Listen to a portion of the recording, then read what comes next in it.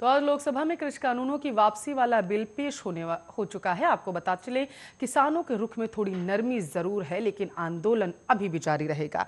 आपको बताते चले, किसान नेता राकेश टिकैत ने कहा है कि जब तक सरकार एमएसपी की गारंटी नहीं देती, किसानों पर से मुकदमे वापस नहीं लिए जाते और मुआवजे का मुद्दा हल नहीं हो जाता, आंदोलन आगे जारी रहेगा।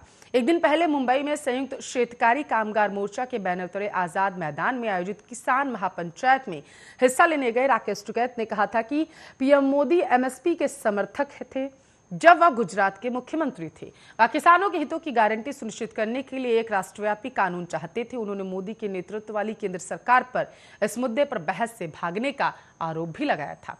उन्होंने कहा है कि केंद्र को किसानों के एमएसपी की गारंटी देने के लिए कानून लाना चाहिए और श्रम क्षेत्रों से जुड़े कई मुद्दे हैं जिन पर ध्यान देने की बेहद जरूरत। हम उन्हें उजागर करने के लिए पूरे देश में यात्रा करेंगे। टिकैत ने यह भी मांग की है कि केंद्र के 3 कृषि विपणन कानूनों के खिलाफ साल भर के विरोध प्रदर्शन ने जान गंवाने वाले किसानों के परिजनों को वित्तीय सहायता दी जाए।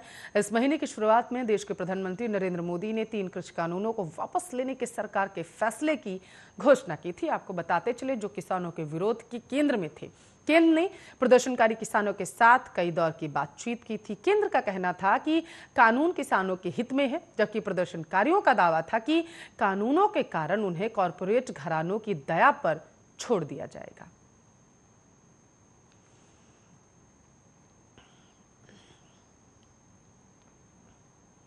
तो ऑल इंडिया मजलिसे इत्तेहादुल मुस्लिमीन के अध्यक्ष असदुद्दीन ओवैसी ने उत्तर प्रदेश के बलरामपुर में रविवार को कहा है कि भारतीय जनता पार्टी को जिन्ना और पाकिस्तान से इतना प्यार है कि हम किसानों के लिए गन्ना गन्ना कर रहे हैं और आरएसएस बीजेपी जिन्ना जिन्ना कर रही है। बलरामपुर में शोषित वंचित समाज के सम्मेलन को संबोधित करते हुए ओवैसी ने कहा कि बीजेपी को जिन्ना और पाकिस्तान से इतना प्यार है कि हम किसानों के लिए गन्ना गन्ना कह रहे हैं और बीजेपी जो है वो जिन्ना कह रही है, जबकि जिन्ना को हमने 75 साल पहले उखाड़ कर फेंक दिया था। ओवैसी ने कहा कि उत्तर प्रदेश में गाय की तो इज्जत है, लेकिन मुसलमानों की नहीं। गाय को इंसानों से बड़ी इज्जत दी जाती है। ओवैसी ने बीजेपी को झूठ की फैक्ट्री बताते हुए बीजेपी झूठ पैदा करती है और ऐसा पेश करती है कि लोग झूठ को सच मानने लगते हैं। उन्होंने कहा, चीन भारत की जमीन पर बैठा है, लेकिन इन लोगों को शर्म नहीं आती। आपको बताते चले, सरदार वल्लभ भाई पटेल की जयंती पर हरदोई की एक सभा में समाजवादी पार्टी के प्रमुख अखिलेश यादव ने आजादी की लड़ाई में सरदार वल्लभ भाई पटेल, जवाहरलाल नेहरू और महात्मा गांधी के योगदान के क्रम में जिन्ना का भी नाम लिया था। इसके बाद बीजेपी अखिलेश यादव पर जिन्ना का अनुयायी बनने का आरोप लगाते हुए हमलावर हो गई थी। मुख्यमंत्री योगी आदित्यनाथ ने ओवैसी को सपा का एजेंट बताते हुए उन पर अब सीधा प्रहार किया।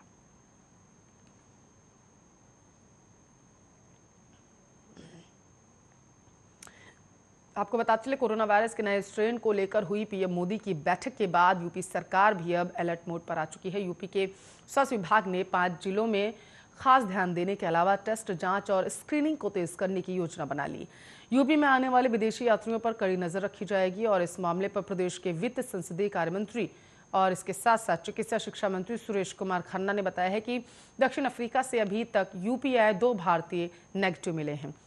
राज्य में इसको लेकर सभी सावधानियां बरती जा रही हैं। ओमिक्रॉन वेरिएंट को देखते हुए यूपी सरकार ने सभी जिलों में विदेश से आने वाले यात्रियों की जांच के निर्देश दे दिए। कोरोना वायरस के डेल्टा वेरिएंट से भी ज्यादा खतरनाक बताए जाने वाले इस नए वेरिएंट को लेकर यूपी सरकार बेहद सतर्क है। स्वास्थ्य विभाग ने एयरपोर्ट पर सख्ती बढ़ा दी। बताते चले कि बाहर से आने वाले सभी यात्रियों के एयरपोर्ट पर निःशुल्क आरटी-पीसीआर की जांच की जाएगी। स्टेट सर्विलांस ऑफिसर विकास इंदु अग्रवाल ने बताया है कि प्रदेश के 75 जिलों के डीएसओ, सीएमओ, डीआईओ और एक्सपर्ट संग एक अहम बैठक की जा रही है, जिसमें अधिकारियों को डेली मॉनिटरिंग को बढ़ाने के आदेश दिए जाएंगे। यूपी सरकार ने अभी से सावधानी बरतते हुए आगरा, प्रयागराज, वाराणसी, लखनऊ, कानपुर में बड़ी संख्या में आने वाले विदेशी यात्रियों पर निगरानी के आदेश दे दिए। इसको लेकर अधिकारी भी लगातार जिलों से संपर्क में हैं। आपको बताते चले, केजीएमयू के पल्मोनरी मेडिसिन विभाग के पूर्व विभागाध्यक्ष व एराज मेडिकल कॉलेज के पल्मोनरी मेडिसिन विभाग के अध्यक्ष प्रोफेसर राजेंद्र प्रसाद ने बताया है कि प्रदेश सरकार ने कोरोना संक्रमण के दौरान हेल्थ इंफ्रास्ट्रक्चर को बहुत सुधारा। यही वजह है कि अब प्रदेश नई चुनौतियों का सामना करने के लिए पूरी तरीके से सक्षम है। कोरोना की पहली और दूसरी लहर का सफलतापूर्वक सामना करने के बाद अब यूपी नए वेरिएंट ओमिक्रॉन का सामना करने के लिए पूरी तरीके से तैयार।